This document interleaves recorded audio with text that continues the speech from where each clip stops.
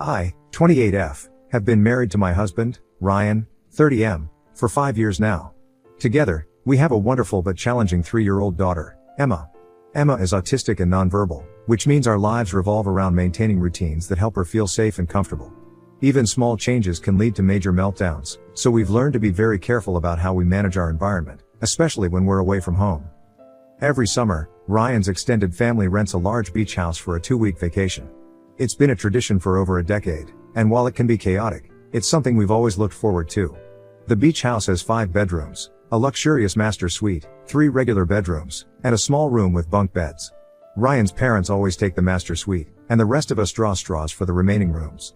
It's a system that has worked well enough over the years, with everyone accepting their lot without much fuss.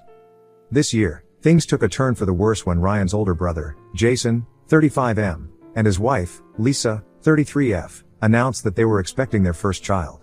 Lisa is 7 months pregnant, and it's been a tough pregnancy for her. She's had severe morning sickness, constant back pain, and overall just hasn't been herself. Jason and Lisa arrived at the beach house with the expectation that they would get one of the best rooms, bypassing the usual straw drawing process.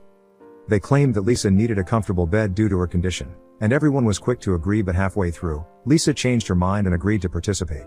Ryan and I didn't mind, thinking that as long as we had a good space for Emma, we'd be fine. We drew straws, and luck was on our side. Ryan, Emma, and I ended up with the best regular bedroom, which has an ensuite bathroom and a beautiful ocean view. The room was perfect for us, especially for Emma. The sound of the waves was soothing to her, and the ensuite bathroom meant we didn't have to navigate through shared spaces when she needed a quiet moment. Jason and Lisa got the second best room, which, while not as nice, was still perfectly comfortable. It seemed like everything was settled, but I should have known that with Lisa, nothing was ever simple. A little backstory. Before I met Ryan, there was history between him and Lisa. They had a brief fling the summer after college, one of those intense, short-lived romances that burns bright and fast. They met at a mutual friend's party and were immediately drawn to each other. They spent a few hot weeks together, but it quickly became clear that they were too different to make it work. Ryan was serious, looking for a committed relationship, while Lisa was more carefree and not interested in settling down. They ended things on relatively good terms, but there was no denying the chemistry that had once been there. Fast forward 7 years, and Ryan was now married to me, and Lisa ended up marrying Ryan's older brother, Jason. Awkward, I know. Jason wasn't exactly a looker with his balding head and large belly, but he made up for it by pandering to all of Lisa's needs. Back then, when Ryan and I started dating, Lisa was already part of the family, but there was always this unspoken tension between us. Lisa always acted like she was in some kind of competition with me, as if she needed to prove that she's better or more desirable. It's exhausting. I've never been the jealous type, but Lisa's constant need to one-up me had gotten under my skin more times than I cared to admit. One particular instance comes to mind. It was a few years ago during a family dinner. We were all gathered at Ryan's parents' house for Thanksgiving, and the conversation turned to our respective careers. I'm a graphic designer, and I had just landed a major client, which was a big deal for me. Ryan, being the supportive husband he is, proudly mentioned my achievement to the family. Lisa immediately jumped in, mentioning that her latest real estate deal had closed for twice the commission she was expecting. The way she said it, with that smug little smile, made it clear she wasn't just sharing good news, she was trying to overshadow my accomplishment. It was a small thing, but it was just one of many instances where Lisa seemed determined to remind me that she's always one step ahead.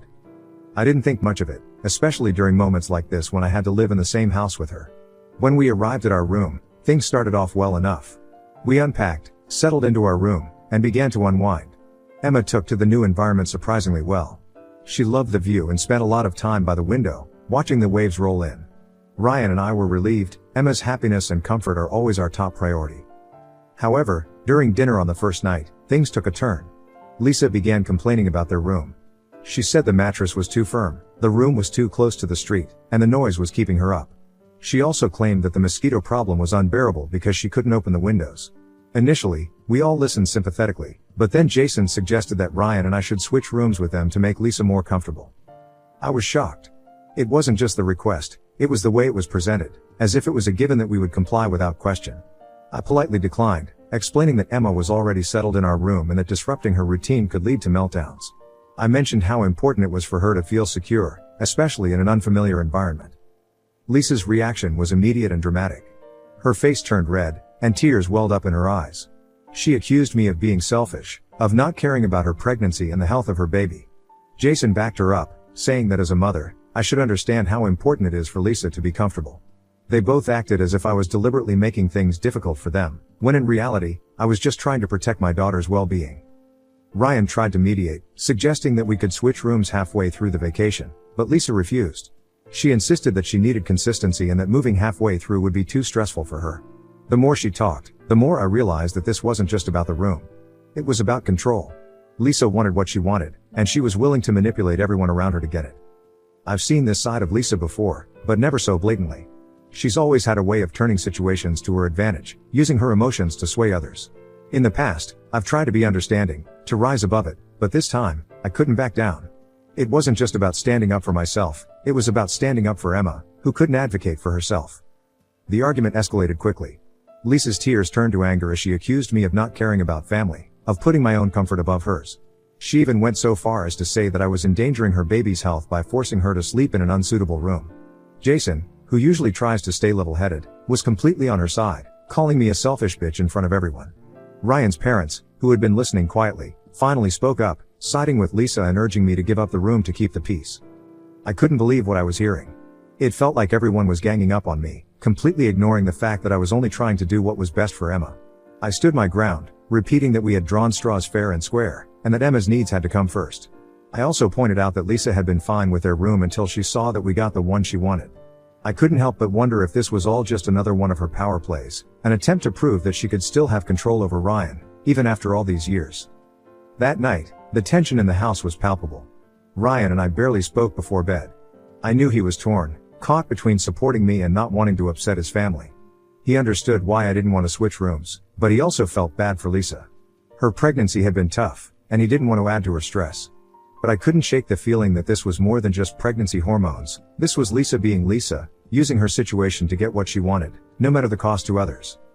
The next day, we had planned a family outing to a nearby seaside town. The atmosphere was tense as we piled into cars, with Lisa giving me the cold shoulder. During the drive, I could feel the weight of the argument from the night before hanging over us like a dark cloud. Ryan tried to lighten the mood by making small talk, but no one was really in the mood to engage. When we arrived at the town, everyone split up to explore. Ryan, Emma, and I decided to check out the local aquarium, hoping it would be a soothing experience for Emma. She loves fish, and we thought it would be a nice way to take her mind off the tension at the beach house. For a little while, it seemed to work. Emma was mesmerized by the colorful fish swimming in the tanks, and Ryan and I were able to relax a bit, enjoying the peaceful environment. But our brief reprieve didn't last long. We met up with the rest of the family for lunch at a seaside restaurant, and that's when things started to go downhill. Lisa was in full passive-aggressive mode, complaining about everything from the weather to the food to the seating arrangements. She made a point of loudly mentioning how difficult it was for her to walk around town in her condition and how exhausted she was, casting pointed looks in my direction as if to say, "See what you're putting me through?"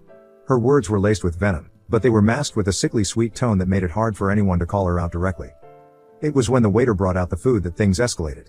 Lisa took one look at her plate and wrinkled her nose in disgust. "I can't eat this," she declared, pushing the plate away dramatically. "It's too greasy, and the smell is making me nauseous.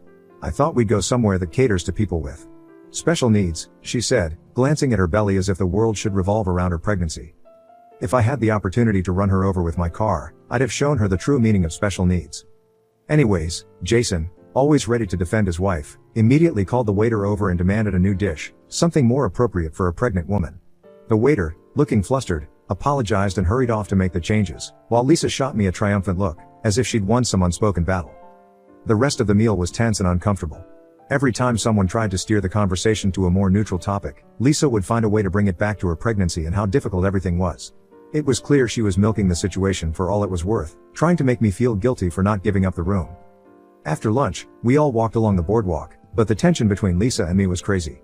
She made a show of walking slowly, with exaggerated steps, and frequently stopped to rest, sighing dramatically and making sure everyone noticed how tired she was. Jason hovered around her like an overprotective nurse, offering her water, asking if she needed to sit down, and shooting dirty looks at anyone who didn't immediately offer to help. Ryan noticed my frustration and squeezed my hand, offering a small smile of encouragement.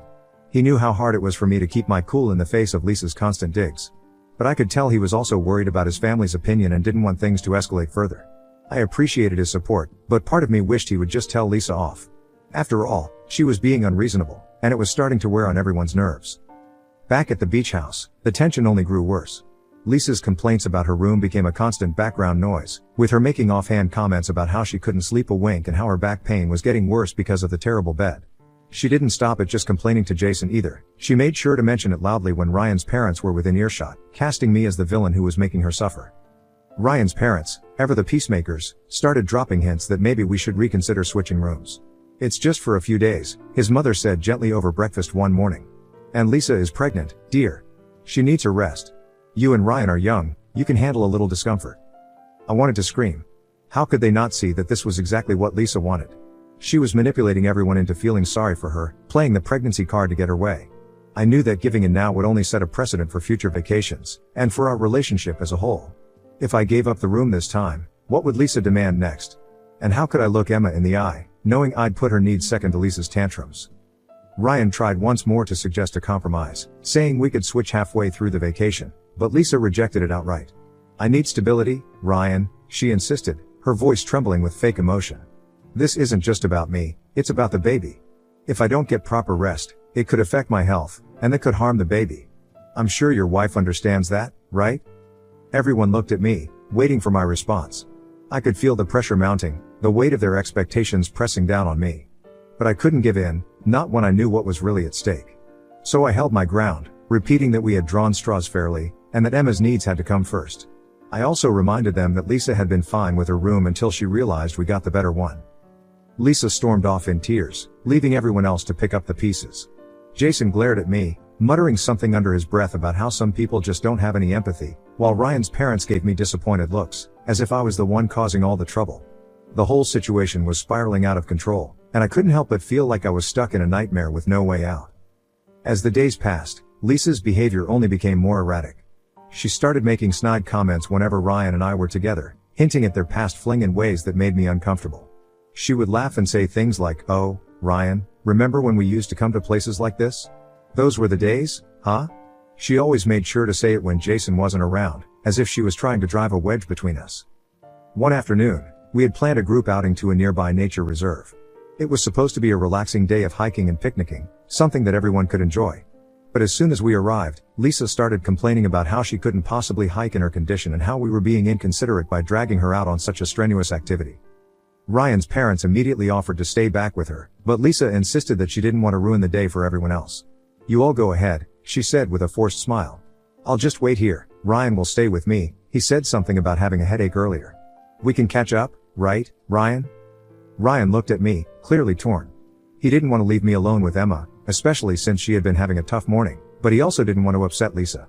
I could see the conflict in his eyes, and it made me furious. Why was he letting Lisa manipulate him like this? Why couldn't he see what she was doing? Headache my foot. She just wanted my husband to stay back. Before I could say anything, Jason stepped in.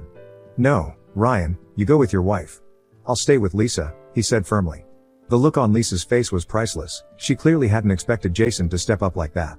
For a moment, I almost felt sorry for her, but then I remembered how she'd been trying to use Ryan against me, and my sympathy evaporated.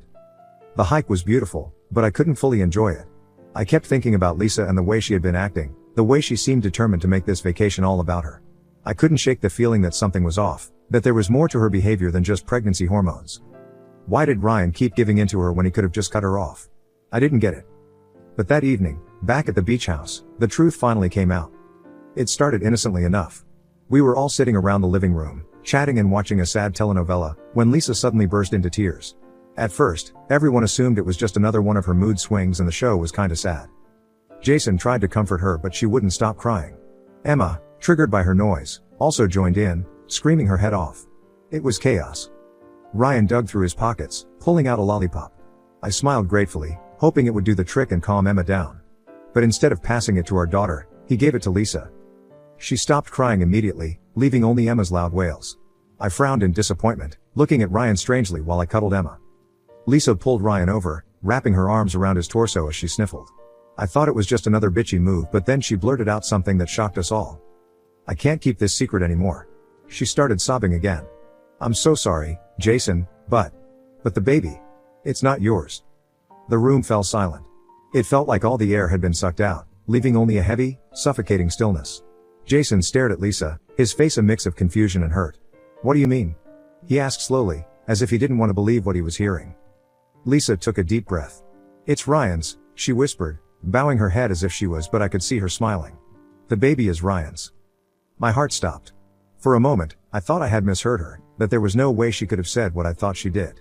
But the smile on her face when she looked at me told me she was telling the truth. Ryan looked as stunned as I felt. What are you talking about, Lisa? He demanded, his voice rising in anger. How could the baby possibly be mine? Lisa quickly changed her expression, gathering tears in her eyes like a paid actress. She talked about how, during a rough patch in her marriage with Jason, she and Ryan had reconnected briefly, just for one night. It had been a moment of weakness, a mistake that she now regretted more than anything. I couldn't breathe.